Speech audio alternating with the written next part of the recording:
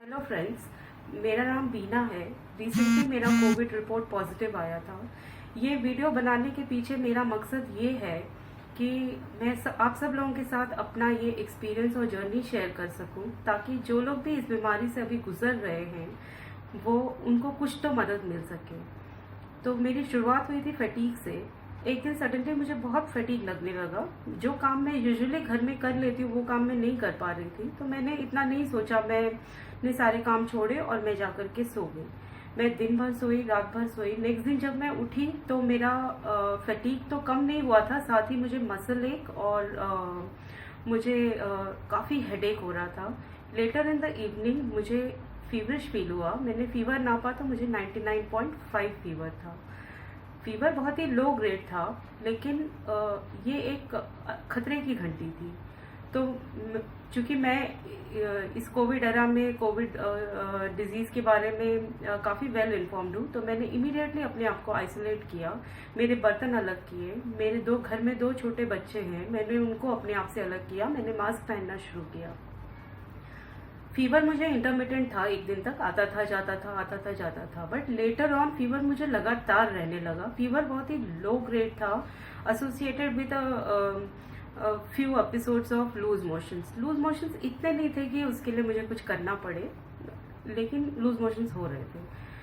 जब फीवर मुझे लगातार रहने लगा तो मैंने अपने म्यूनिसिपैलिटी के डॉक्टर को फ़ोन किया और उन्हें अपने सिम्टम्स बताए। तो उन्होंने मुझसे कहा कि अभी और 3-4 दिन वेट एंड वॉच करो, पैरासीटामोल लो और एजिथ्रोमाइसिन का डोज स्टार्ट कर दो, वेट एंड वॉच करो, अभी हम आपका स्वैब टेस्ट नहीं करेंगे। I was reassured.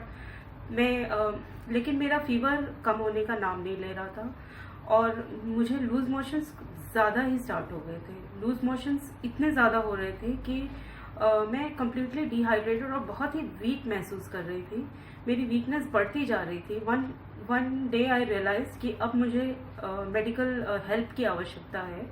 तो मैं हॉस्पिटल गई। वहाँ पे उन्होंने मेरा स्वैब टेस्ट किया। साथ ही मुझे वहाँ पे डॉक्टर ने कहा कि आपको इमीडिएटली आईवी फ्लूइड्स की ज़रूरत है, क्योंकि मेरा बीपी हद से ज़्यादा लो हो गया था और मैं कम्प्लीटली डिहाइड्रेटेड थी। मैं 2 कदम भी नहीं चल पा रही थी। तो फिर जैसा कि हम सब टीवी में देखते हैं, पेशेंट को हॉस्पिटल में बेड मिलना इस वक्त कितना मुश्किल है। मेरी बेड खोजने की जर्नी स्टार्ट हुई। पूरे दिन के बाद शाम को जाकर के मैंने अपनी लोकेलिटी के जितने भी हॉस्पिटल से सब में फ़ोन किया। शाम को जाकर के मुझे एक कोविड डेडिकेटेड हॉस्पिटल में एक बेड मिला। चूँकि मुझे इमीडिएटली आईवी फ्लूइड्स की ज़रूरत थी, तो मैंने एडमिशन ले लिया वहाँ पे। अब एडमिशन तो मिल गया, लेकिन वो एक बहुत ही स्कैरी एक्सपीरियंस था। वो फर्स्ट टाइम ऐसा लाइफ में हुआ कि आपके जो साथ होते हैं वो इस हॉस्पिटल में आपके साथ नहीं हो सकते हैं। आपका सिर्फ पॉइंट ऑफ कांटेक्ट जो होता है वो फ़ोन होता है। तो ये बहुत ही स्कैरी एक्सपीरियंस होता है हॉस्पिटल का। हॉस्पिटल में जाकर के मुझे आईवी फ्लूइड स्टार्ट हुए, मेरे वाइटल्स स्टेबल होने लगे। लेकिन अगले दिन से जब मैं होश में आने लगी तो मुझे अगले दिन से इतना ज़्यादा डर सताने लगा कि मेरे पास तो अभी कोविड रिपोर्ट है नहीं और मुझे तो पता नहीं है कि मैं कोविड पॉजिटिव हूँ कि नहीं हूँ। कहीं ऐसा तो नहीं होगा कि मैं इस हॉस्पिटल आकर के इन्फेक्ट हो जाऊँगी। इस बात ने मुझे इमोशनली इतना ड्रेन कर दिया। मेंटली मेरी मेंटल हालत इतनी बिगड़ गई कि मुझे कुछ समझ में नहीं आ रहा था। वो दिन मैं एक्सप्लेन नहीं कर सकती कि वो कैसा दिन था। मेरे नियर एंड डियर वंस ने मुझे कॉल करके कंसोल किया, मुझे काफ़ी समझाया। नेक्स्ट डे मेरा रिपोर्ट पॉजिटिव आया। सच बताऊं तो मुझे बहुत खुशी हुई कि मेरा रिपोर्ट पॉजिटिव है, क्योंकि अब मेरे इस हॉस्पिटल में आने की वजह से इन्फेक्ट होने की संभावना नहीं होगी। At the same time I was shocked. मैं शॉक इसलिए थी क्योंकि पिछले 4 महीने से मैंने रिलीजियसली जो लॉकडाउन के जो रूल्स हैं उनका पालन किया। मैं रेयरली घर से निकली हूँ बाहर। मुझे बहुत सारे न्यूरोलॉजिकल इश्यूज हैं जिसकी वजह से मैं हाई रिस्क कैटेगरी में आती हूँ और इस वजह से मैं बहुत पैरानॉइड थी और मैं रेयरली घर से बाहर निकलती थी। मैं हमेशा मास्क पहनती थी, मास्क भी N95 पहनती थी हमेशा। और सिर्फ मैं जो सब्जियां घर के बाहर छोड़ के जाता था उसको उठा करके लेकर के आती थी और सैनिटाइज करती थी। और अगर निकली भी हूँ तो मैं पूरे प्रोटेक्शन से निकली हूँ, सोसाइटी में, अपनी ही सोसाइटी में ही निकली हूँ और अब पूरे प्रोटेक्शन से निकली हूँ।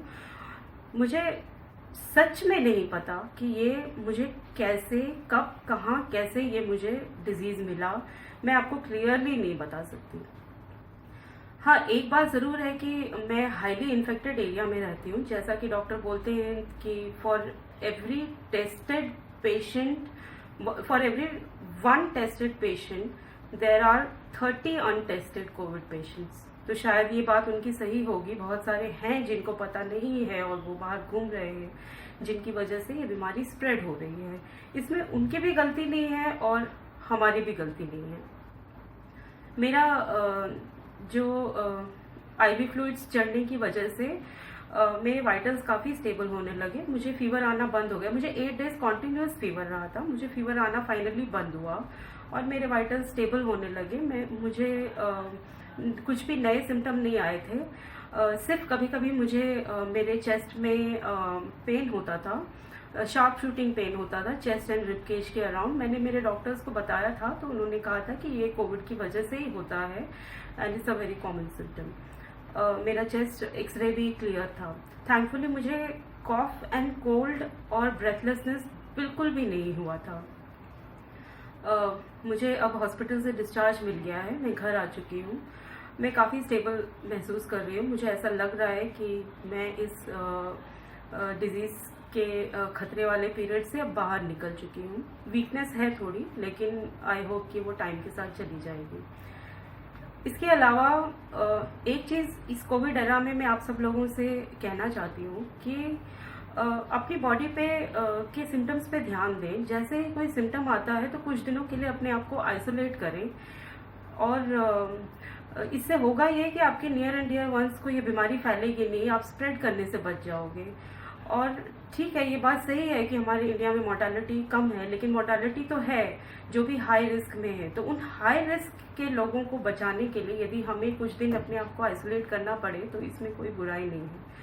इसके अलावा मैं एक चीज़ और आपसे बताना चाहूँगी। मैं ओबीज भी हूँ और मैं हाई रिस्क कैटेगरी में भी हूँ, लेकिन फिर भी ये बीमारी मुझे क्यों कम हुई, इसके पीछे मुझे रीज़न जो लगते हैं वो ये है कि पिछले 4 महीने से मैं लगातार vitamin C supplement, vitamin D3 and zinc मैं डेली बेसिस पे ले रही थी और मैं लगातार गर्म पानी पी रही थी। दिन भर गर्म पानी थोड़ा थोड़ा पीती थी मैं। और इसके अलावा मैं अपने डाइट के बारे में भी काफ़ी कॉन्शियस हूँ। मैं फ्रूट्स एंड वेजिटेबल्स ज़्यादा खाती हूँ क्योंकि मैं ओवरवेट हूँ, तो मुझे हमेशा लगता है कि मैं जंक अवॉइड करूँ। तो शायद इन सब कारणों से मेरा बॉडी प्रिपेयर हो गया था। मेंटली ज़रूर मैं कहूँगी कि प्रिपेयर होना थोड़ा मुश्किल है इस बीमारी से, क्योंकि हम टीवी में बहुत कुछ देखते हैं जिसकी वजह से हम बहुत डरे हुए हैं एक्चुअली। लेकिन ये है कि अगर आप मेंटली, अगर आप अपने बॉडी को तैयार करके रखेंगे तो शायद ये बीमारी आपको उतनी इफेक्ट नहीं कर पाएगी जितनी कि हम टीवी में देख के सोचते हैं। और इसके अलावा मैं सोसाइटी एट लार्ज से ये भी कहना चाहूँगी कि कोविड पेशेंट्स को प्लीज़ स्टिग्मेटाइज ना करें, उनके ऊपर पर्सनल जजमेंट्स ना पास करें कि ज़रूर केयरलेस होगी, ज़रूर बाहर कहीं घूमते होंगे, ज़रूर प्रिकॉशंस नहीं ले रहे होंगे। ऐसा नहीं है। अभी तक किसी को नहीं पता है कि ये बीमारी एक्चुअली फैलती कैसे है। कभी कहते हैं हवा से फैलती है, कभी कहते हैं नहीं फैलती है, कभी कहते हैं किसी ग्रोसरी से फैल सकती है, कभी कहते हैं नहीं फैल सकती है। तो कोई भी ठोस सबूत अभी तक नहीं है इसके बारे में। ठीक है, प्रिकॉशंस लेना चाहिए, जब तक बच सकते हैं तो इस बीमारी से बचें, और जब हो जाए तो फिर अपने बॉडी को प्रिपेयर्ड रखें कि हम इजीली इस बीमारी से निकल आए। अभी मेरे बारे में यही कहूँगी कि मेरे को बस थोड़ा सा वीकनेस है अभी, और कोई कफ कोल्ड नहीं है। हाँ, मेरे मुंह का टेस्ट थोड़ा सा बिटर है। जब मैंने डॉक्टर को बताया कि मेरे मुंह का टेस्ट बिटर है और मैं बहुत कुछ टेस्ट नहीं कर पा रही हूँ, तो उन्होंने मुझे कॉन्ग्रेचुलेट किया that congratulations, you are having happy corona. So जिनका भी स्मेल और टेस्ट सडनली चला जाता है, तो congratulate yourself that you are having happy corona, और आप इस कोरोना के डिजीज़ को आपने मात दे दी है। तो बस लास्ट में मैं सिर्फ इतना ही कहना चाहती हूँ कि I am covid positive, my blood group is B positive and my attitude is positive.